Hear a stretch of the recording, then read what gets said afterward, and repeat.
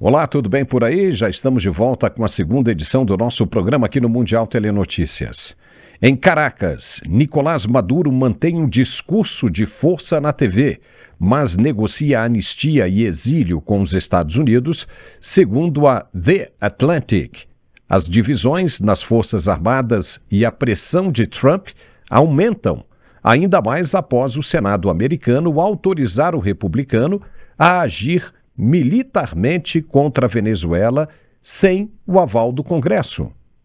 No México, a presidente Claudia Sheinbaum criticou a guerra ao narcotráfico, chamando-a de fascista, e defendeu inteligência e prevenção social após o assassinato do prefeito de Uruapã.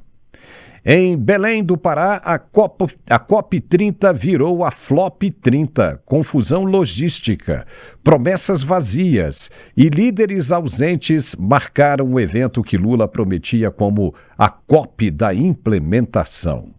Na Argentina, o réu do 8 de janeiro, Simón Castro, interrompeu um evento com Gilmar Mendes e se declarou refugiado político, criticando condenações do STF. Nos Estados Unidos, o premier Viktor Orbán se reuniu com Eduardo Bolsonaro e expressou apoio à família, condenando as caças políticas no Brasil.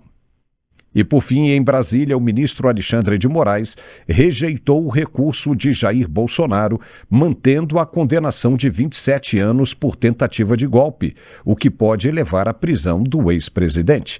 São os assuntos que nós vamos analisar nessa segunda edição do nosso programa de hoje, que volta logo depois do recado de nosso apoiador. Fique por aí, até já.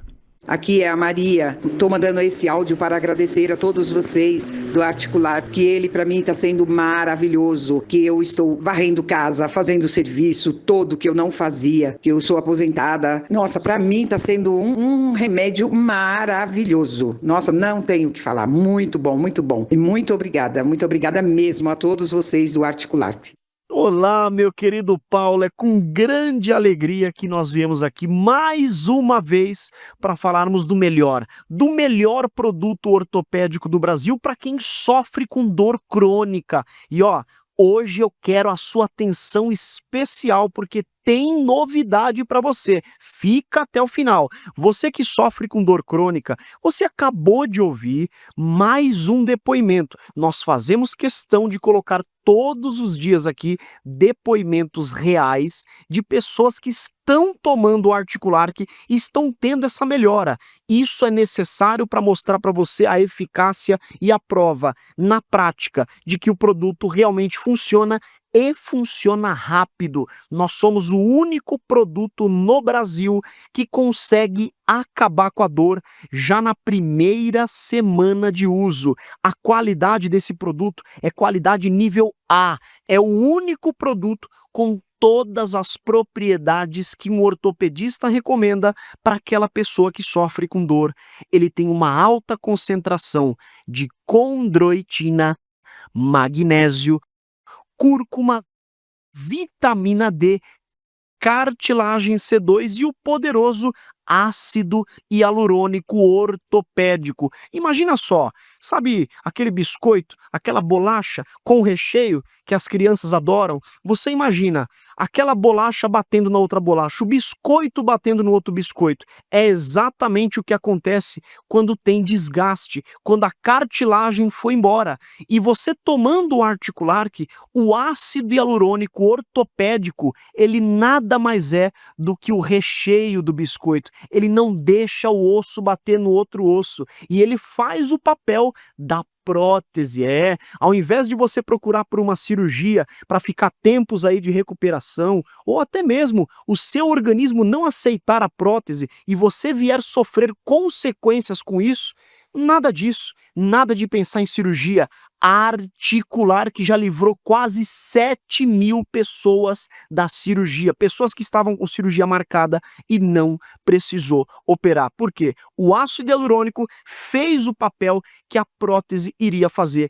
É resultado certo, é resultado garantido. Para você que tem artrite, artrose, bursite, tendinite, fibromialgia, você que tem cansaço crônico, não consegue trabalhar, não consegue fazer as atividades do dia a dia, hoje eu falei para você, tem uma promoção diferenciada, tem um presente especial para você, somente para quem ligar agora. Então você que está me ouvindo, que sofre com dor crônica, hoje, para os 100 primeiros telespectadores que ligarem a partir de agora, desconto de 80%.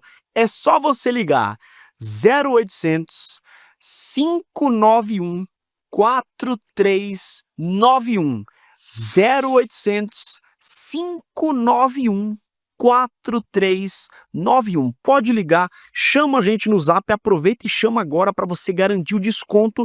E para quem ligar ou chamar no WhatsApp agora, você só paga em dezembro. Recebe, melhora e paga depois. E ainda ganha de presente o nosso novo lançamento. É o Arc Hair. Para você que tem problema com queda de cabelo, para você que tem alopécia, serve para homem e também para mulher. Você ligando agora, ganha de presente o Arc Hair para melhorar a sua aparência, para melhorar a sua autoestima. Nada melhor do que um produto com uma alta tecnologia, com minoxidil e diversas vitaminas para acabar com a queda de cabelo e, além de acabar com a queda, estimular o crescimento de novos fios. Você ligando agora, ganha de presente o tratamento Arc Hair. É só você ligar 0800 591 4391 0800 591 4391, Paulo.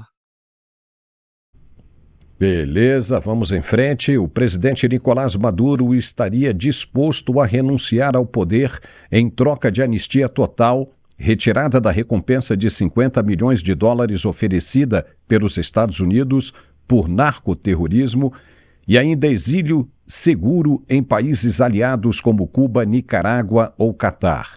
A revelação feita pela revista The Atlantic em 7 de novembro, nesta sexta-feira, surge em meio à forte pressão do governo Trump, que intensificou sanções e operações militares no Caribe. Fontes próximas ao regime afirmam que divisões internas e deserções nas Forças Armadas levaram Maduro a considerar uma saída negociada para evitar o colapso do chavismo. Em público, porém, Maduro mantém o discurso de força. Ontem, dia 6, quinta-feira, em rede nacional, ele ironizou as ameaças americanas, riu do porta-aviões USS Gerald Ford e chamou os Estados Unidos de império em declínio, mobilizando milícias e mísseis russos para aparentar resistência. Nos bastidores, entretanto, negociações secretas via Catar avançam com propostas de transição até 2028, ou saída imediata com salvo-conduto para generais. Esse duplo jogo tem custado muito caro. O governo Trump, agora com Marco Rubio à frente do Departamento de Estado, vê a disposição de Maduro como sinal de fraqueza, e a oposição, liderada por Maria Corina Machado na Venezuela e Edmundo Gonçalves, ganha força ao denunciar a contradição do regime. Analistas acreditam que, se o impasse continuar, Nicolás Maduro pode cair antes mesmo de um ataque americano. Entre bravatas e acordos secretos, o ditador tenta jogar dos dois lados e corre o risco de perder os dois. E para agravar a situação de Maduro, o Senado americano rejeitou uma resolução bipartidária que limitava o poder do presidente Donald Trump de autorizar ataques diretos à Venezuela sem o aval direto também do Congresso americano. A proposta apresentada pelos democratas Tim Kaine e Adam Schiff, com o apoio do republicano Rand Paul, pretendia reafirmar os limites constitucionais sobre o uso da força militar em meio à crescente tensão no Caribe. No entanto, apenas 2 republicanos votaram com os democratas, demonstrando o apoio majoritário do partido à estratégia de Trump contra o regime de Nicolás Maduro. Na prática, isso significa que Trump agora tem carta branca para agir militarmente com respaldo do Congresso, podendo inclusive ordenar incursões por terra a qualquer momento. Vamos analisar essa situação com o nosso especialista em geopolítica, Gerson Gomes. Olá, Gerson. A gente já estava com saudade, as coisas estão acontecendo todo fim de semana. A gente diz que esse o Maduro pode cair, esse o Maduro pode cair, mas agora com o aval do Congresso dos Republicanos, fica cada vez mais próxima essa possibilidade, hein? Seja muito bem-vindo. Pois é, Paulo. Boa tarde, muito bom estar com você de volta, mas as notícias aqui dos Estados Unidos, elas nos mostram que o presidente Trump está obstinado na presença militar no Caribe, não apenas focado na questão da Venezuela. E também posso até dizer que não somente focado na questão do narcotráfico. Por que eu faço essa afirmação? Veja que nós vivemos aqui nos Estados Unidos uma situação muito, vamos dizer assim, muito estranha. Por quê? Porque nós temos essa aprovação que você citou, que foi uma iniciativa do Partido Democrata no Senado, e lembrando para a nossa audiência que o Senado dos Estados Unidos tem 100 cadeiras, das quais 53 são do partido do Donald Trump, do Partido Republicano. Mas 3 dessas cadeiras são ocupadas por senadores que são desafetos do presidente Trump e muitas vezes votam contra suas pautas. E nesse caso, a vitória do Partido Republicano sobre essa iniciativa de cercear o governo Trump nas atividades militares no Caribe, ela venceu, o Partido Republicano manteve por 51-49.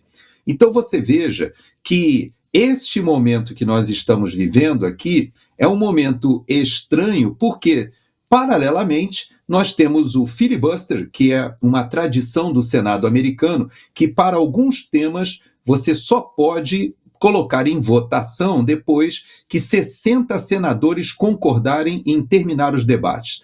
Isso está acontecendo exatamente agora no shutdown, ou seja, nós temos o ano fiscal começando aqui nos Estados Unidos em outubro, mas a execução orçamentária não foi aprovada ainda no Congresso.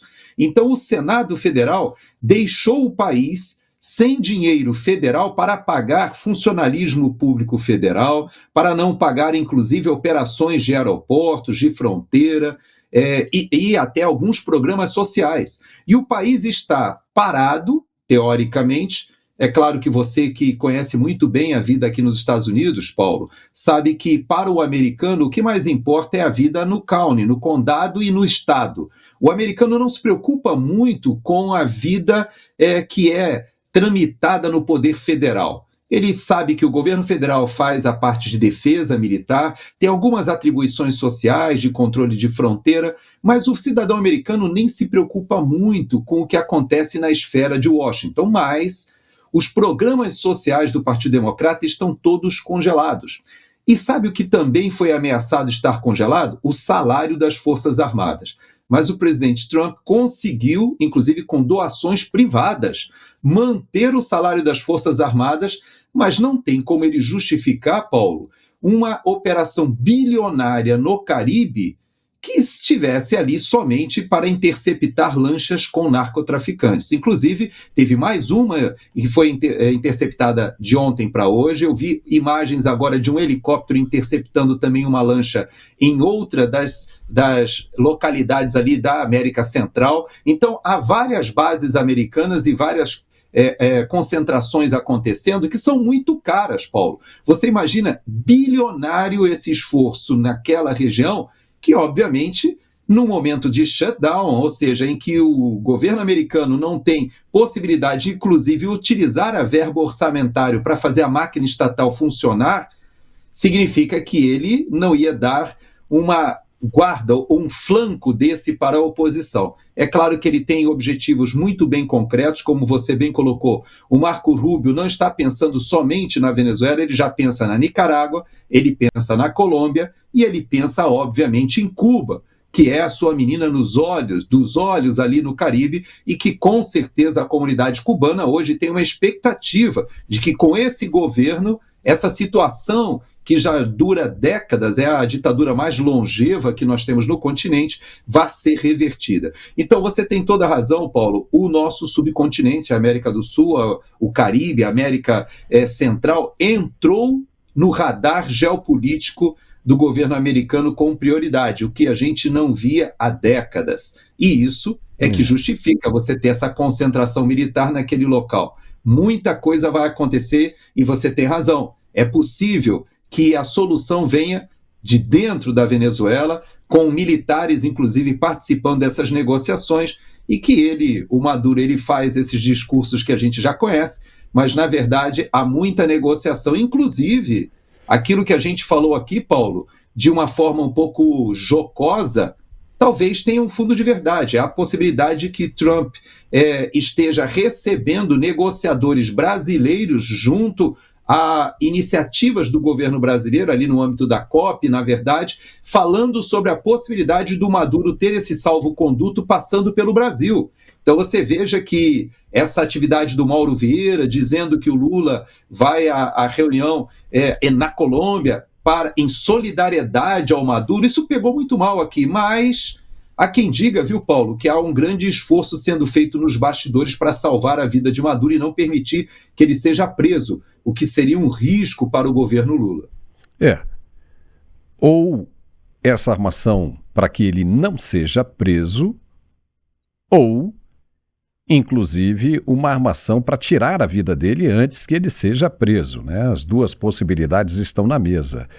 E você falou uma coisa muito importante, que é justamente o shutdown enfrentado pelo governo americano foi provocado pelo Partido Democrata, pelos democratas. E isso agora fica muito claro com relação ao Caribe, né, essa região, né, sul também do continente, você num shutdown evitando que os militares fossem pagos, né, com toda certeza isso atrapalharia bastante os planos bélicos e militares do presidente Donald Trump e do secretário de guerra Pete Hegseth aqui no continente. Não é? Ou seja, nessa parte sul do continente. Porém, você tem um financiador privado bancando o salário das Forças Armadas.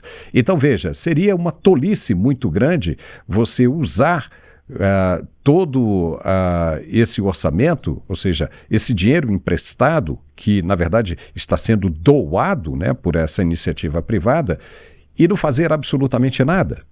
Né? Seria uma tolice, um desrespeito com esse doador, que muita gente tem dito aí que pode ser sim o Elon Musk, que está colocando dinheiro nisso aí. Então, é praticamente impossível que isso aconteça, de Donald Trump simplesmente recuar agora e trazer de volta para os Estados Unidos todos esses destroyers e esses outros navios de guerra que estão ancorados ali na costa da Venezuela. Então, veja bem, como também é praticamente impossível deixar o Brasil de fora dessa responsabilidade, né? O Marco Rubio está focado na Colômbia, Cuba, na América Central ali, e vai deixar o Brasil de fora de uma situação como essa, sabendo, né, de todo o histórico de criação e relação do Foro de São Paulo? É praticamente impossível, né? Vamos ser francos aqui. Então, é uma coisa que nós podemos esperar agora verdadeiramente para breve, porque se já foi aprovado pelo Senado americano, só depende do presidente Trump. Ele disse que não vai avisar ninguém, então pode ser nesse fim de semana ou, quem sabe, no máximo até no próximo. Pelo menos tudo isso indica que ele estava esperando esse resultado do Congresso americano para tomar a sua decisão. Agora, Gerson, o que mais chama a atenção é a cartilha da esquerda. Né? É impressionante, ela é a mesma em tudo quanto é lugar, desde os democratas, passando pelo México e chegando até a América do Sul. Olha essa aí que você também deve ter visto e eu estou curioso para saber o que você pensa. A presidente mexicana Claudia Sheinbaum declarou hoje, nesta sexta-feira, que voltar à guerra contra o narcotráfico no México seria ir rumo ao fascismo, com violações extrajudiciais e autoritarismo, criticando a era 2006-2018, que deixou cerca de 400 mil mortos sem enfraquecer os cartéis. Ora, foi incompetência do governo dela. Ela defendeu abraços, não balas, inteligência, prevenção social e ataques às finanças criminosas, como disse o ministro brasileiro da Economia, Fernando Haddad. Veja o que ela disse. Regresar a la guerra contra el narco no es opción. No es opción. Primero, porque está fuera del marco de la ley. Todos estos de la derecha que se llenan la boca de las palabras Estado de Derecho y defienden la guerra contra el narco, pues la guerra contra el narco está fuera de la ley, porque como lo dije o lo he dicho en varias ocasiones, es permiso para matar, sin ningún juicio. Y eso en México nadie o muy poquitos están de acuerdo. Está fuera del marco de la ley. Y segundo, no sirvió de nada más que para aumentar los homicidios en México y el nivel de violencia. Entonces, estos llamados autoritarios, porque son autoritarios, es ir hacia el fascismo. Caramba, não dá nem para acreditar que estamos ouvindo isso. A fala veio após o assassinato brutal do prefeito de Uruapã, no dia 2 agora de novembro, com o envio de tropas para Michoacán, mas sem confrontos frontais.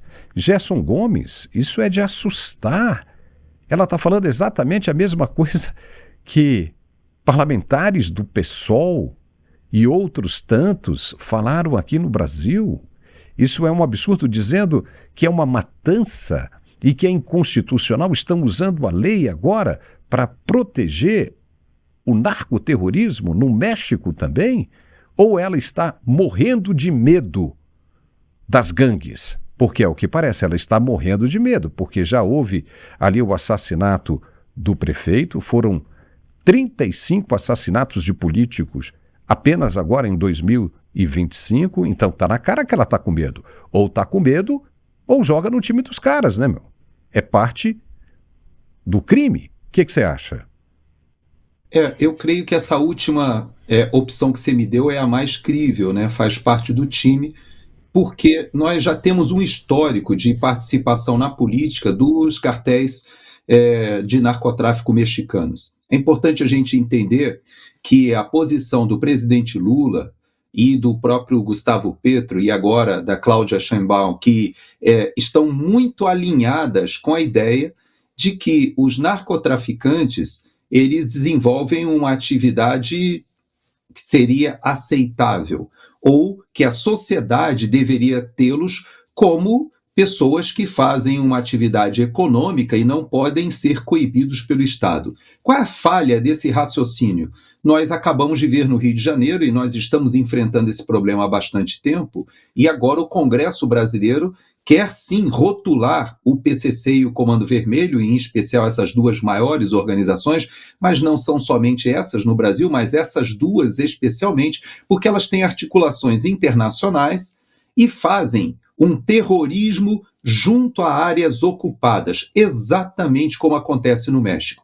O que ela esquece, e que o povo mexicano agora se mobiliza, inclusive com os jovens, indo às ruas exigindo que o governo providencie o combate a essas áreas que estão dominadas, ou seja, que o Estado retome o controle dessas áreas que são dominadas pelo narcotráfico.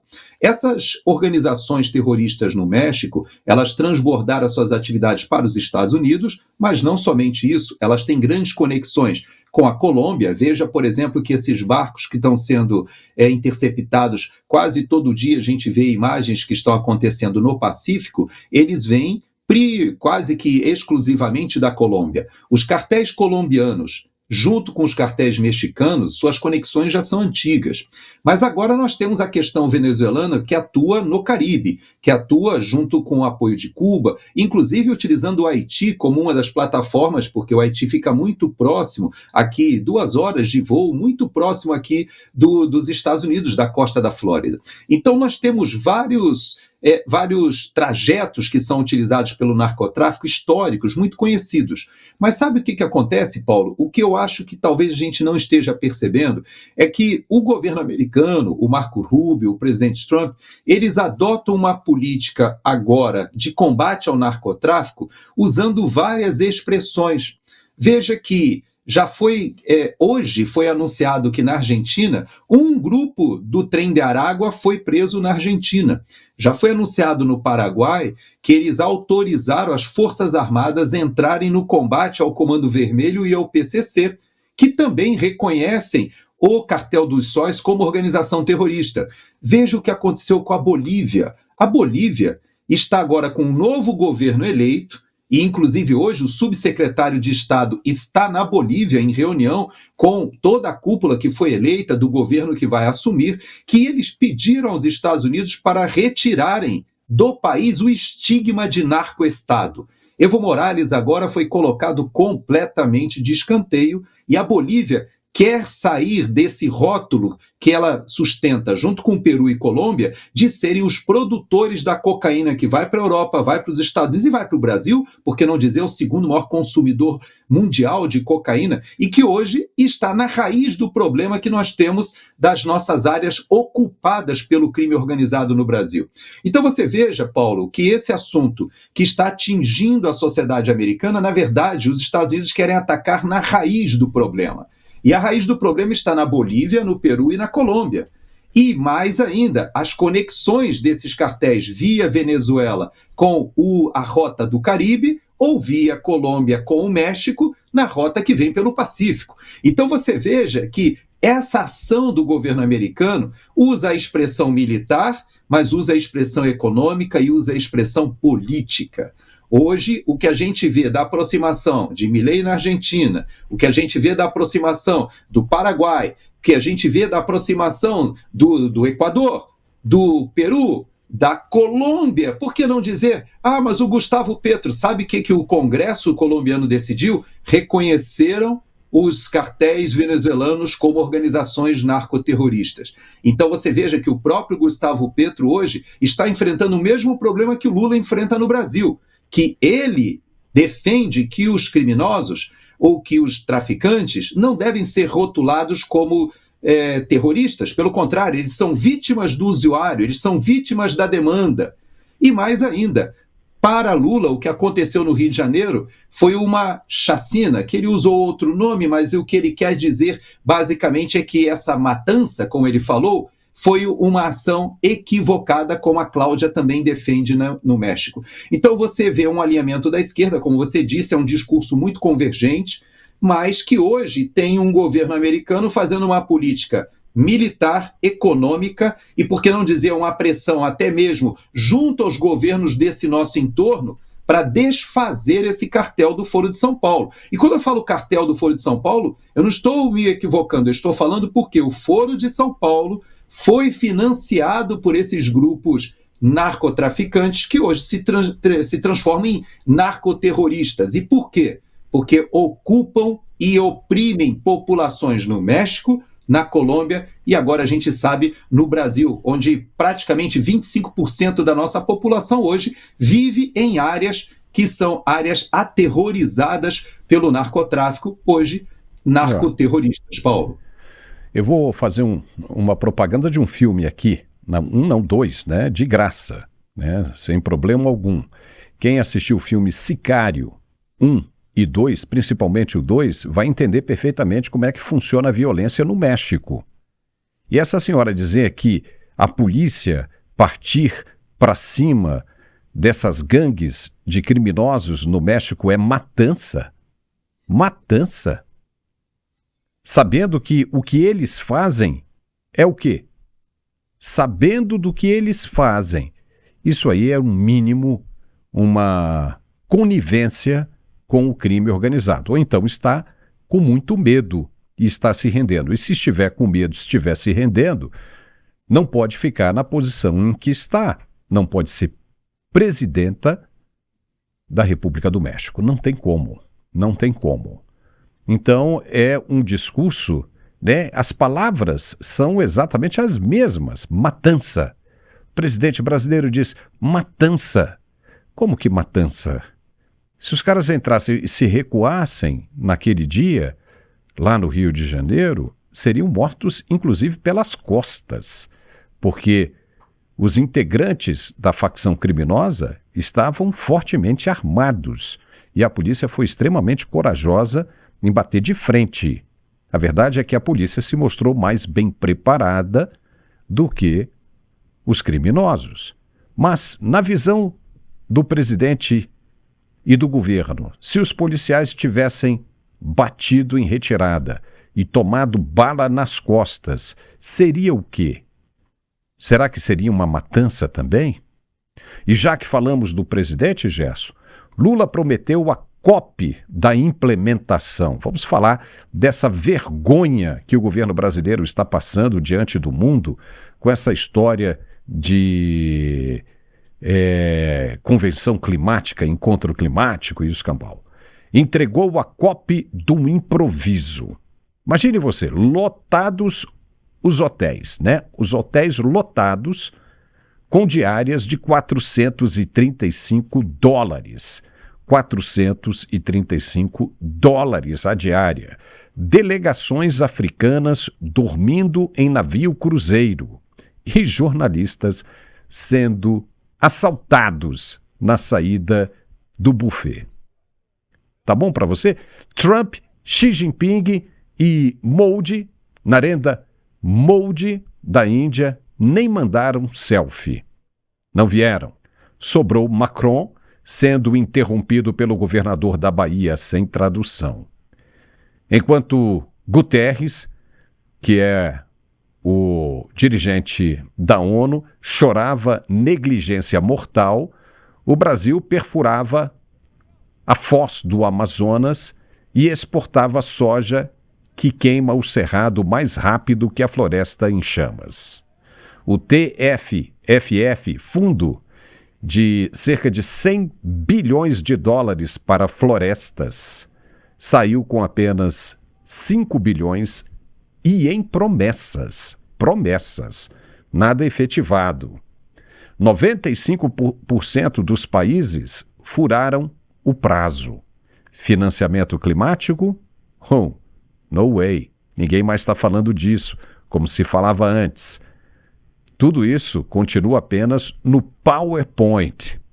Capital simbólica virou meme. Agora estão chamando de Flop 30.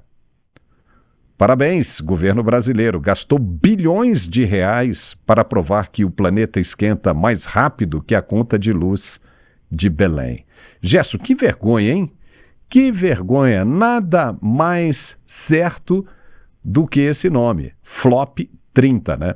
O Alfredo começou a falar bastante isso aqui no programa e a gente achou isso sensacional. Qual é a sua opinião sobre isso?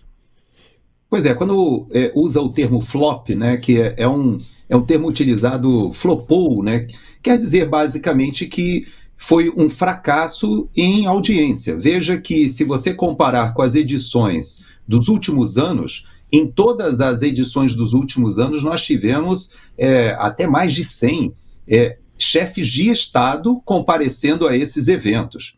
E nessa última edição, que acontece no Brasil, parece até que é uma edição meio final, como se o Brasil estivesse enterrando toda essa pauta, essa agenda, justamente numa cidade escolhida ali na Amazônia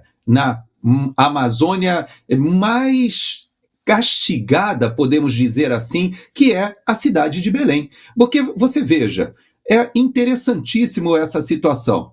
Nós temos 2 transatlânticos colocados ali para funcionar como hotel. E ninguém fala sobre uma questão básica, porque aqui nos Estados Unidos nós temos vários portos para receber esses transatlânticos, seja em Fort Lauderdale, seja em Tampa, seja em Miami. Nós temos essas estruturas que recebem transatlânticos do mundo inteiro.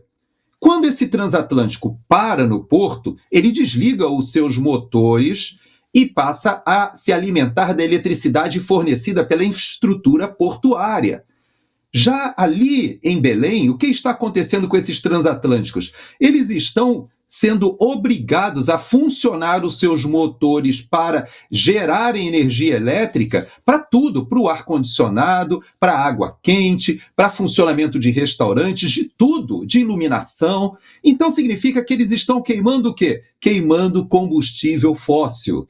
Mais do que isso, o próprio presidente Lula disse que ficaria num barco para poder pescar. No entanto, o barquinho que ele escolheu para poder pescar é simplesmente uma estrutura gigantesca com vários quartos luxuosos, ar-condicionados, que são mantidos também por um motor que é obrigado a ficar ligado para alimentar toda essa estrutura, fazendo uma queima de combustível fóssil gigantesca.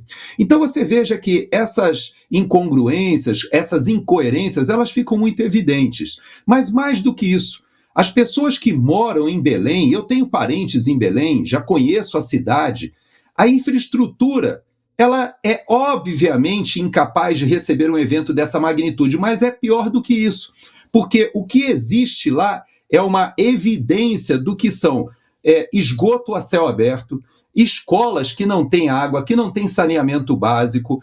A cidade sofre há décadas por causa dessa insensatez, que é você querer o desenvolvimento em uma cidade próxima à floresta amazônica sem infraestrutura. Eu me lembro do ministro do Meio Ambiente do governo Bolsonaro, o Ricardo Salles, que era muito hostilizado, era muito combatido. Mas quando ele falava de que na Amazônia nós temos mais de 30 milhões de brasileiros vivendo em condições precaríssimas, e quando ele se referia especialmente a Belém, Belém do Pará, ele justamente mostrava que é uma cidade que não tem infraestrutura de esgoto, de água tratada, de saneamento básico, não tem nada do que poderia ser oferecido para o mundo como exemplo de uma cidade na floresta amazônica que respeita o meio ambiente e faz esse tratamento das pessoas que lá moram de uma maneira respeitosa. Então, Paulo, eu não sei exatamente qual foi a intenção de escolher Belém,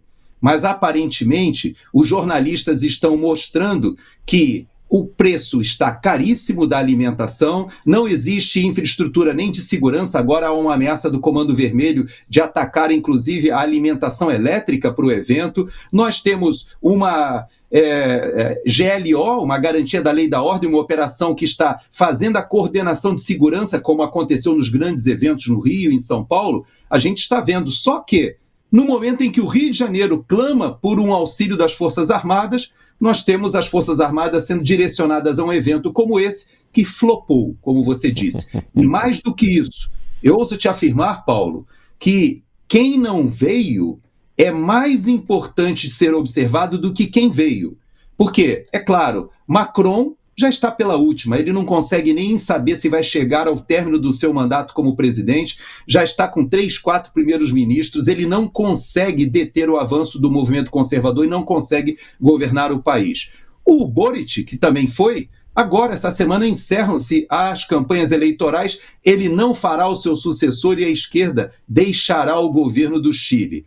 Quem mais está lá? Gustavo Petro, que também está pela tabela. Quem mais está lá presente? O primeiro-ministro da Grã-Bretanha.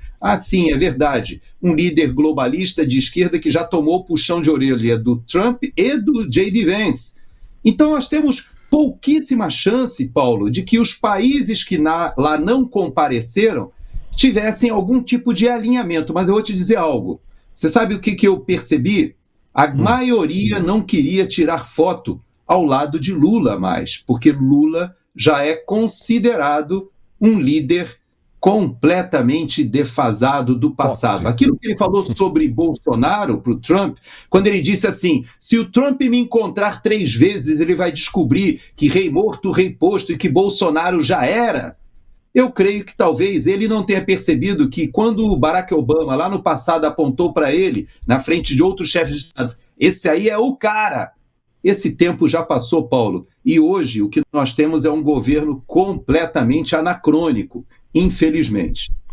Agora a gente consegue entender o que o Barack Obama quis com aquela frase, né?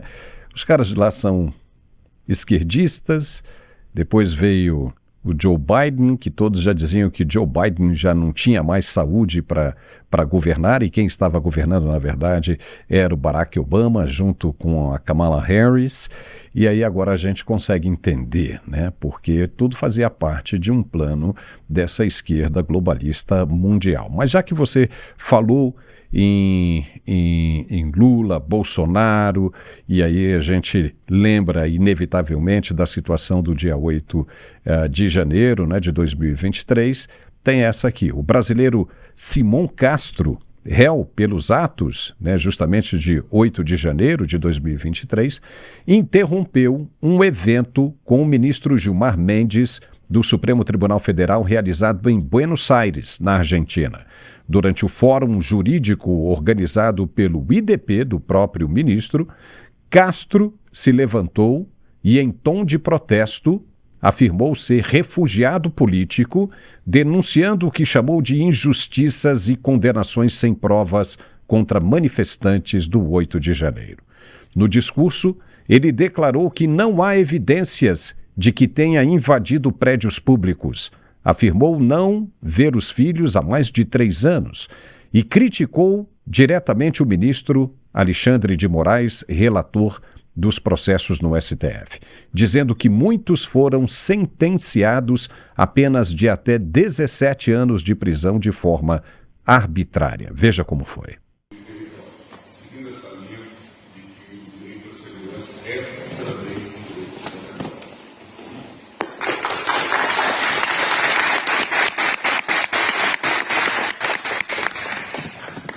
Senhor Gilmar Mendes, é muito lindo falar de liberdade, mas eu estou há 3 anos sem ver minha família por conta de um crime que eu não cometi no Brasil. Essa é a liberdade que eles estão falando. Eu não vou fazer trabalho aqui.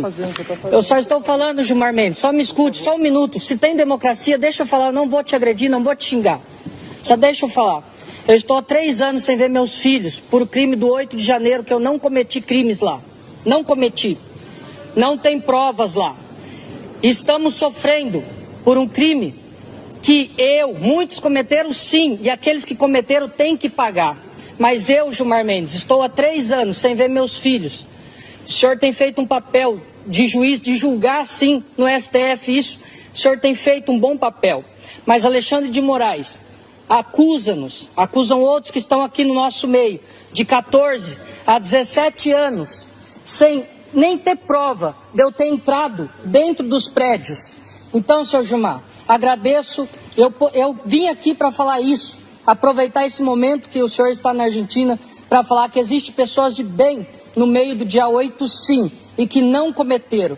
Então, agradeço por o senhor me ouvir, agradeço a todos vocês que estão em silêncio, porque se eles estão falando em democracia, essa é uma verdadeira democracia, eu poder falar e me expressar. Então, senhor Gilmar, muito obrigado, te agradeço, sou um dos refugiados aqui na Argentina e te agradeço por me receber e por me ouvir. Muito obrigado. Todos falaram sobre democracia e agora eu estou saindo. Então você não vem querendo ir. Eu sou palestrante. Não sou palestrante. Mas atrapalhei não. Eles ouviram e todo mundo ficou quieto. Não é vocês que têm que vir me acuar. Eu estou numa liberdade de expressão aqui. Se o próprio juiz não falou nada, não é vocês que têm que falar. Então muito obrigado, eu estou saindo fora e tchau. O gesto causou constrangimento no evento que reunia juristas e autoridades de diversos países. O julgamento virtual de Simão Castro está previsto para acontecer entre 14 e 25 agora de novembro, e o episódio aumentou o debate sobre a conduta do STF nos julgamentos dos réus e o uso político das condenações.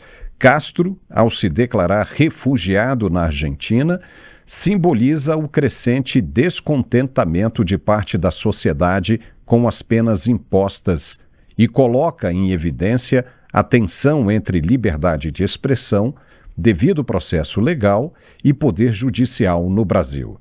Gerson Gomes, você esteve na Argentina, encontrou muitos desses refugiados brasileiros. Como é que você viu esse momento aí do Simão na Argentina? De certa maneira, eu entendo que esse momento ele vem em um episódio que estava acontecendo na Argentina que ia passar completamente desapercebido. Porque essa versão portenha do Gilmar Palusa ali na Argentina, ela seria completamente desconsiderada pela imprensa não fosse essa intervenção desse rapaz.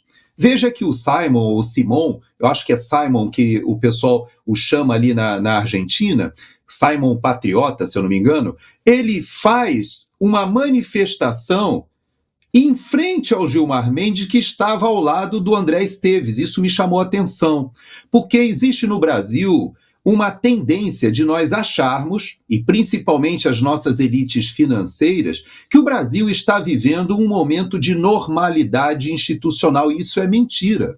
O que nós estamos vivendo hoje é uma farsa no Supremo Tribunal Federal que foi conduzida para retirar o grupo político de Jair Messias Bolsonaro da disputa de 2026. Eles estão obstinados com essa condenação e nesta condenação eles arrastaram mais de 2.000 cidadãos brasileiros que sequer foro, prerrogativa de foro tem no Supremo Tribunal Federal. O que esse jovem começa a chamar a atenção de pessoas que já tinham esquecido desse assunto, tinham esquecido que tem mais de 300 famílias de brasileiros que buscaram asilo ali na Argentina. Existem brasileiros que buscaram asilo no Paraguai, mas foram alcançados porque a polícia do Paraguai entregou vários desses brasileiros para a Polícia Federal. Então eles foram obrigados a ir para a Argentina, achando que o governo Milei os acolheria, e até agora não receberam ainda o asilo definitivo. E pior, foram hostilizados a 5 brasileiros presos, 4 homens e uma mulher. Por quê? Porque houve pedido de extradição. E por que há essa perseguição aos brasileiros na Argentina que pediram asilo político? Porque a farsa do golpe de Estado precisa ser mantida. O que ele bem fala é que vários brasileiros que foram condenados a 14, 16, 17 anos foram condenados simplesmente por terem comparecido aquele dia. Vários deles, inclusive, sequer entraram nos prédios, como ele falou, mas muitos nem foram à Praça dos Três Poderes, porque foram condenados por estar no acampamento no dia 9, foram presos. Muitos deles nem foram à Praça dos Três Poderes, mas foram condenados simplesmente porque foram a Brasília se manifestar. É óbvio que isso é inconstitucional. A nossa Constituição, ela preserva o direito de se manifestar sem uso do anonimato. E, no entanto, Paulo, o que esse jovem está dizendo é que nesse bojo, nesse esforço de condenar Jair Messias Bolsonaro, de retirá-lo do páreo e de certa maneira, diminuir a força do movimento da oposição, esse grupo que instrumentaliza o Supremo Tribunal Federal, e não somente na pessoa do ministro Alexandre de Moraes, ele foi muito educado, você viu que ele foi muito respeitoso, disse que o Gilmar Mendes está exercendo o seu papel, até porque ele não está na turma julgando, só que ele sabe que o Gilmar Mendes é o mentor do Alexandre de Moraes. Ele sabe que o Gilmar Mendes ele conta com o apoio de seus pares ali no Supremo Tribunal Federal. E por isso é muito bem-vinda essa admoestação que foi feita lá de que se há democracia, como é que tem pessoas sendo condenadas simplesmente por terem ido a Brasília se manifestar e que não quebraram nada? E pior, hein, Paulo? Eu tenho falado sobre isso e eu reitero. Há imagens, muitas imagens dos que realmente depredaram e de que foram vândalos. E esses não foram investigados, não foram capturados depois, se evadiram da Praça dos Três Poderes, não foram para o acampamento, porque eles lá chegaram antes dos manifestantes e se evadiram e nunca foram investigados, né, Paulo? É uma tristeza isso que a gente está vivenciando no Brasil. Não, pois é, e o Simon, né, que eu achei que o nome dele fosse Simon, né, disse que não existe nenhuma imagem dele adentrando os prédios públicos, ou seja, não houve esse tipo de prova. Então, talvez ele tenha sido pego lá no QG do Exército, que foi um dia depois, porque nós sabemos que muitas daquelas pessoas que foram detidas no setor militar urbano não estiveram no vandalismo do dia 8 de janeiro. Né? Não estiveram na Praça dos Três Poderes. Chegaram ali apenas, vieram de seus estados para dar continuidade àquela manifestação pacífica ali no quartel-general. e acabaram presas e condenadas como se estivessem participando do ato de vandalismo. Ou seja, não fizeram nada, foram condenadas apenas por estarem ali paradas numa área pública do setor militar urbano. Então, realmente é uma coisa que complica. E por essas coisas, que está acontecendo isso. O primeiro-ministro húngaro, Viktor Orbán, se reuniu com o deputado Eduardo Bolsonaro em Washington nesta quinta-feira e declarou o apoio total à família. Estamos firmemente com os Bolsonaros nesses tempos difíceis. Amigos que nunca desistem. Caças políticas não cabem na democracia. Verdade e justiça prevalecerão. Foi o que o Orbán disse. O encontro na embaixada húngara aconteceu antes da reunião de Orbán com Donald Trump na Casa Branca. Eduardo, em exílio, voluntário, meio forçado, para não dizer forçado, porque ele seria preso se estivesse no Brasil. E no exílio, agora nos Estados Unidos, ele busca solidariedade internacional contra as condenações de Jair Bolsonaro. Pegou 27 anos por tentativa de golpe e inelegibilidade até 2030. A aliança não é nova. Orbán já visitou o Brasil em 2022 e condenou publicamente decisões do STF em 2025. Para ele é estratégia global. Para a base bolsonarista, oxigênio político rumo a 2026. O gesto reforça um eixo conservador transnacional, de Budapeste a Brasília, via o Washington. Então, Gerson, como é que você vê isso aí? Porque logo depois da reunião com Eduardo Bolsonaro, nem sei se você teve oportunidade de conversar com um deputado, mas logo depois o Viktor Orbán foi se encontrar com Donald Trump e também é razoável a gente imaginar que ele tenha conversado, tocado no assunto com o presidente Donald Trump, porque a posição do Brasil é muito importante para os Estados Unidos, uma posição estratégica que esteja alinhada aos interesses americanos. O que você tem a dizer sobre isso? Pois é, Paulo, você veja que, por coincidência, essa semana eu estive com Paulo Figueiredo e ele estava indo ao encontro de Eduardo para juntos estarem no CPEC, naquele retiro muito exclusivo do CPEC que acontece em Mar-a-Lago, na casa do Donald Trump. E eu tenho que te dizer, Paulo, que é mais provável que o Eduardo tenha cruzado com mais chefes de Estado em Washington e em Mar-a-Lago do que o próprio Lula conseguiu reunir ali na COP30, por incrível que pareça. Porque, veja, ele se encontrou com o Viktor Orbán, ele se encontrou também com Javier Milei. Javier Milei estava ali no CPEC. Veja que enquanto Gilmar Mendes estava ali com um grupo de esquerdas, ali com o sistema financeiro representado ali por André Esteves, tentando fazer uma articulação na Argentina, tentando mostrar uma certa normalidade institucional, o próprio presidente Milei estava no CPEC com o Eduardo. Eu espero, inclusive, que o Eduardo tenha tido a oportunidade de conversar com o Milei novamente, agora que ele recebeu esse respaldo da população argentina nas eleições do parlamento, dando a ele uma maioria parlamentar. Pode ser que agora ele consiga, quem sabe, resolver essa questão, dando um asilo definitivo para os brasileiros que estão ali nesse limbo na Argentina.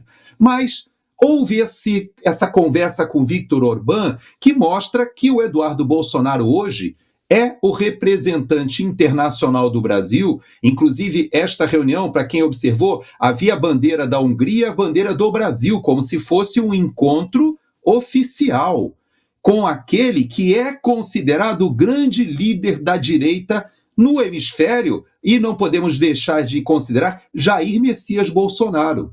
Bolsonaro, quando foi à Rússia, um pouquinho antes da invasão da Rússia na Ucrânia, ele foi à Rússia, conversou com Vladimir Putin, e nas fotos estavam os dois muito próximos, quando o próprio Emmanuel Macron havia ido a Moscou tentar ali intermediar algo, e a foto mostra o Emmanuel Macron numa ponta de uma mesa gigantesca e o Putin na outra mesa. Por que o Bolsonaro foi recebido na Rússia, conseguiu ali uma negociação de fertilizantes, e antes da invasão da Ucrânia ainda havia uma expectativa de que não houvesse a invasão da Ucrânia, mas ele logo depois fez uma escala onde? Na Hungria. Há uma aproximação da direita, do movimento conservador na Europa, que reconhece em Jair Messias Bolsonaro um perseguido político por causa da sua ideologia.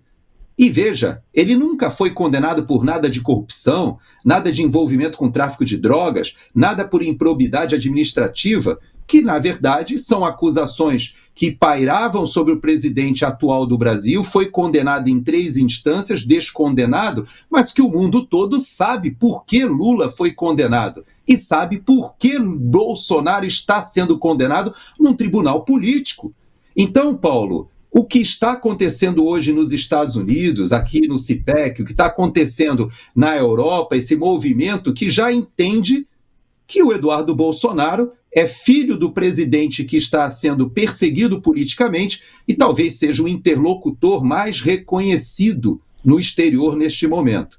Então, é um momento de preocupação para o governo brasileiro, que se isola cada vez mais, se coloca com uma posição anti-americana, antagônica aos Estados Unidos, no momento em que os Estados Unidos avançam na sua política externa em toda a região, e o Brasil vai ficando cada vez mais isolado, né, Paulo? Olha, temos que dizer o seguinte, né? É admirável o que o ex-presidente Bolsonaro fez com os seus filhos, viu? Os educou muito bem, porque qual é o pai que não gostaria de ter um filho tão ativo como o Eduardo Bolsonaro? E o Eduardo Bolsonaro, sim, seria um excelente presidente. Em termos de relações internacionais, seria um excelente presidente, né, desejável até por essas autoridades internacionais. Muita gente fica falando um monte de bobagem, que não sei o quê, porque fica preso, ou fica presa, essa gente fica presa a ideologias políticas. E obviamente que gostaria de ter uma força como Eduardo Bolsonaro a seu lado. Claro que queria. E o Eduardo Bolsonaro está aí, sim, fazendo um excelente trabalho em defesa do pai dele.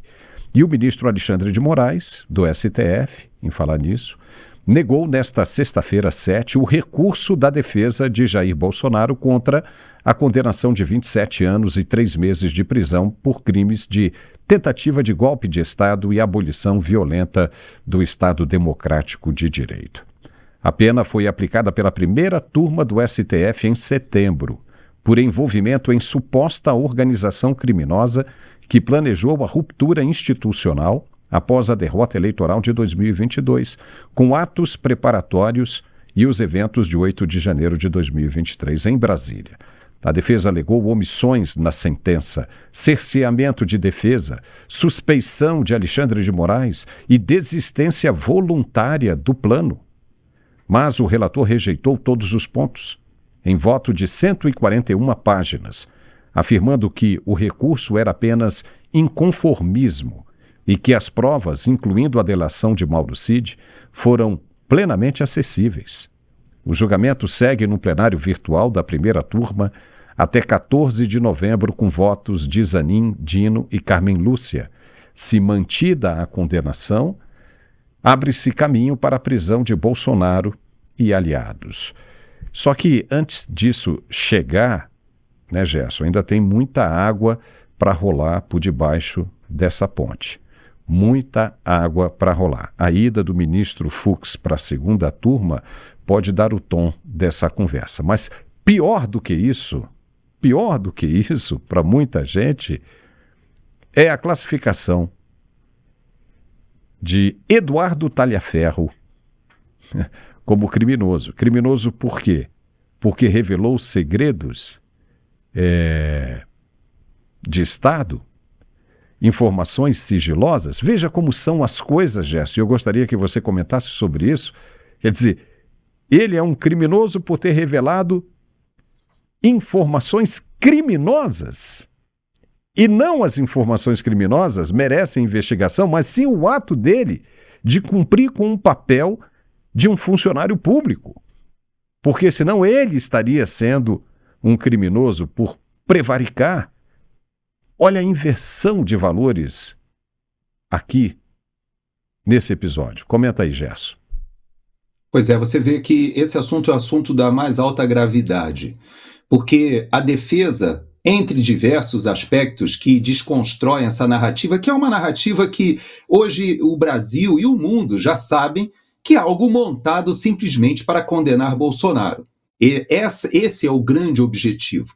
Todos já entenderam que, inclusive, esses 2.000 patriotas que estão sendo condenados, e foram vários condenados, não só o caso da Débora do Batom, que ficou muito evidente, mas a senhoras, a homens doentes, ao Clesão que morreu na cadeia, uma série de pessoas que foram condenadas ali por tentativa de golpe de Estado. Isso é ridículo, é inadmissível. Todos sabem, já existem 3 ou 4 ex-ministros da Defesa que já disseram que aquilo ali não pode ter sido uma tentativa de golpe de Estado no dia 8, porque não havia participação das Forças Armadas. Não havia, inclusive, participação de lideranças políticas. Não tinha um político eleito ali na Praça dos Três Poderes que foi preso, ou que esteve presente, ou deu entrevista junto com os manifestantes. Então você vê que tudo passa, ou tudo não passa, de como o presidente Lula falou, inclusive em entrevista aqui nos Estados Unidos, que Bolsonaro teria que ser afastado, porém, dependia da narrativa que fosse criada. O próprio Lula falou isso aqui numa entrevista para a CNN Internacional. Então você veja que essa narrativa que foi criada agora conta com esses votos que nós já sabemos, provavelmente ali na primeira turma, agora que o Fux inclusive já foi à segunda turma e não participará desse julgamento desses embargos, depois devem ter ainda os embargos infringentes, talvez algum outro recurso, não sei quanto tempo até transitar em julgado. Mas o fato é que o objetivo do ministro Alexandre de Moraes, de condenação do presidente Bolsonaro, ele está completamente contaminado pela suspeição. Veja que o advogado colocou tanto a questão do Zanin, que foi advogado do Lula, quanto a questão do Flávio Dino, que era ministro do Lula, todos adversários políticos do próprio presidente Bolsonaro, que o estão julgando. Isso é uma excrescência. Mas ele fala da suspeição de Alexandre de Moraes no exato momento em que Alexandre de Moraes, hoje, votou pela admissão, ou seja, considerando agora Tagliaferro réu numa acusação que foi feita pela PGR, dizendo que ele vazou documentos sigilosos. Opa, peraí. Se ele vazou documentos sigilosos e a PGR o está incriminando e o Alexandre de Moraes aceita essa acusação, significa que ele está admitindo, não sei se no momento de sincericídio ou talvez no momento de insensatez. Muita gente diz que ele é alguém tão megalomaníaco que não percebeu que, ao admitir o Tagliaferro como alguém que vazou informações sigilosas, essas informações que ele vazou, que já são públicas, todas elas acusam o próprio juiz, o próprio julgador, o próprio acusador de ser aquele que está cometendo crimes. Então eu pergunto, será que ele será julgado por ele mesmo ou ele será julgado pela segunda turma, já que nós estamos utilizando a questão das turmas? Então você veja que essa suspeição é tão evidente no caso Bolsonaro, mas no caso Tagliaferro, ela chega a ser incômoda até para qualquer pessoa do próprio governo. Por quê? Se o ministro Alexandre de Moraes considera Tagliaferro um criminoso, ele fazia parte da quadrilha, porque veja, na acusação que ele fez ao Tagliaferro, ele colocou formação de quadrilha, atentado, mesma coisa, aquele mesmo carimbo, né, de atentado contra as instituições democráticas e se juntar a uma organização criminosa. Peraí, se o Tagliaferro está dizendo que havia uma organização criminosa no TSE e que o chefe dessa organização criminosa era o próprio ministro Alexandre de Moraes, como é que nós faremos com isso? Então, Paulo, nós estamos chegando num ponto em que esse julgamento farsesco ele está deixando o país ser considerado como uma republiqueta. como um país que não tem poder judiciário e que a sua Suprema Corte chega ao ponto de abrir inquéritos, fazer perseguições políticas, inquéritos que não têm fim de jeito nenhum, e agora o ministro Alexandre de Moraes diz que vai abrir inquéritos no Rio de Janeiro para investigar, inclusive, a segurança pública. O governador faz reuniões que jamais seriam admitidas por um juiz de Suprema Corte de país nenhum do mundo. Agora, a nossa Suprema Corte, sim, é alguém, ou pelo menos é uma instituição que avoca a si legislar e ser o poder executivo e também o poder judiciário. Isso não vai dar certo, Paulo. Se nós não conseguirmos reverter essa situação, o país vai entrar numa crise institucional e num abismo muito mais rápido do que talvez o Lula pense quando ele acha que pode empurrar com a barriga até a eleição de 2026. Vamos ver o que vai acontecer a partir de agora que o Congresso americano liberou Donald Trump para fazer o que quiser ali no Caribe, principalmente na Venezuela. Se Maduro continuar e Donald Trump recuar com todo aquele aparato militar, aí essas autoridades de países da América do Sul, principalmente do Brasil, podem até relaxar. Mas se acontecer o contrário, se Donald Trump pegar Maduro, aí essa turma tem que tomar muito cuidado. De repente seria a hora de fazer como o Barroso fez, Luiz Roberto Barroso fez. Nós dissemos aqui inúmeras vezes que quem não é visto não é lembrado. Quem anda falando de Luiz Roberto Barroso agora? Ninguém fala mais. Ele caiu no esquecimento, pelo menos por enquanto. De repente esse pode ser o remédio para essas autoridades que continuam insistindo em aparecer e aparecer de uma maneira não muito inteligente como está acontecendo agora. Então, vamos esperar esse fim de semana, quem sabe o próximo, quem sabe até antes do Natal, como foi dito por um senador republicano, cubano, nos Estados Unidos, obviamente, né, de descendência cubana. Se Maduro cair até o Natal, essa turma já tem que começar um plano de fuga, né? Um plano B, porque se cair Maduro lá, vai cair muita gente em muito lugar. Gerson Gomes, um forte abraço para você, muitíssimo obrigado. Brilhante esse nosso bate-papo e vamos ficar atento, hein? Se cair Maduro, eu te chamo aí, como sempre eu digo aqui. Forte abraço, obrigado, viu, Gerson? Obrigado a você e até segunda, se nada acontecer durante o final de semana. É isso aí. Tchau. E você viu o recado aí, né, dado pelo Gerson, se nada acontecer no fim de semana, que justifique uma entrada nossa, assim, excepcional, estaremos de volta na segunda-feira, já ao meio-dia, com um programa exclusivo para os membros, tá bom? Os membros, bem legal. E às 10 horas da manhã, nós temos o programa o Pulso Global, um programa de economia muito bacana, com o Carlos Dias e uma âncora nova. Eu acho que você vai gostar. Fique ligado, tá bom? Um forte abraço e até semana que vem. Tchau.